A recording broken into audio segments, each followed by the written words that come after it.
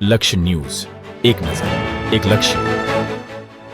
ઉપલેટામાં કેન્દ્રીય મંત્રી મનસુખ માંડવિયાના હસ્તે 14 કરોડથી વધુના વિકાસ કાર્યોનું ખાતમુહૂર્ત અને લોકાર્પણ કરવામાં આવ્યું. રાજકોટ જિલ્લાના ઉપલેટામાં આજે વિકાસનો નવો અધ્યાય શરૂ થયો છે.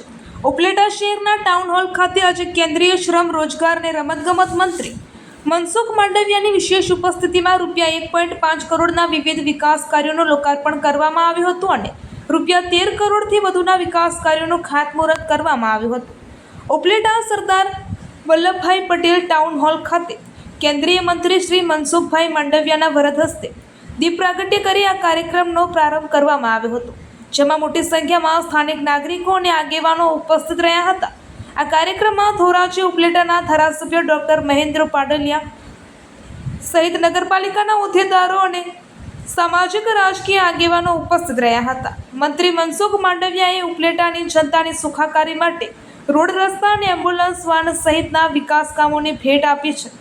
ઉપસ્થિત મહાનુભાવોએ આ કાર્યને શહેરના વિકાસ માટે મહત્વપૂર્ણ ગણાવ્યા હતા. રિપોર્ટર અરસીભાઈ આહિર, ઉપલેટા.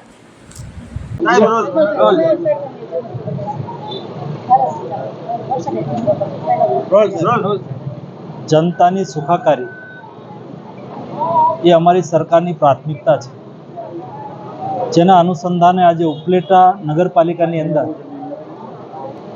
1.5 કરોડના કામોના લોકાર્પણ અને 13 કરોડના કામોના ખાતમુહૂર્ત સાથે એક ઉપલેટા જનતાની સુખાકારી માટે અને સુવિધા માટે એમ્બ્યુલન્સ વાનનું પણ લોકાર્પણ કરવામાં આવ્યું.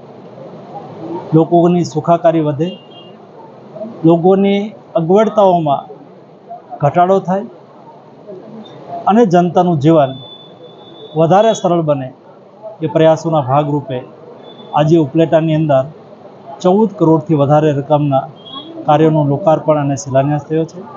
આ કાર્યો પૂર્ણ થતાં ઉપલેટાની સુખાકારીમાં ચોક્કસ વધારો થશે.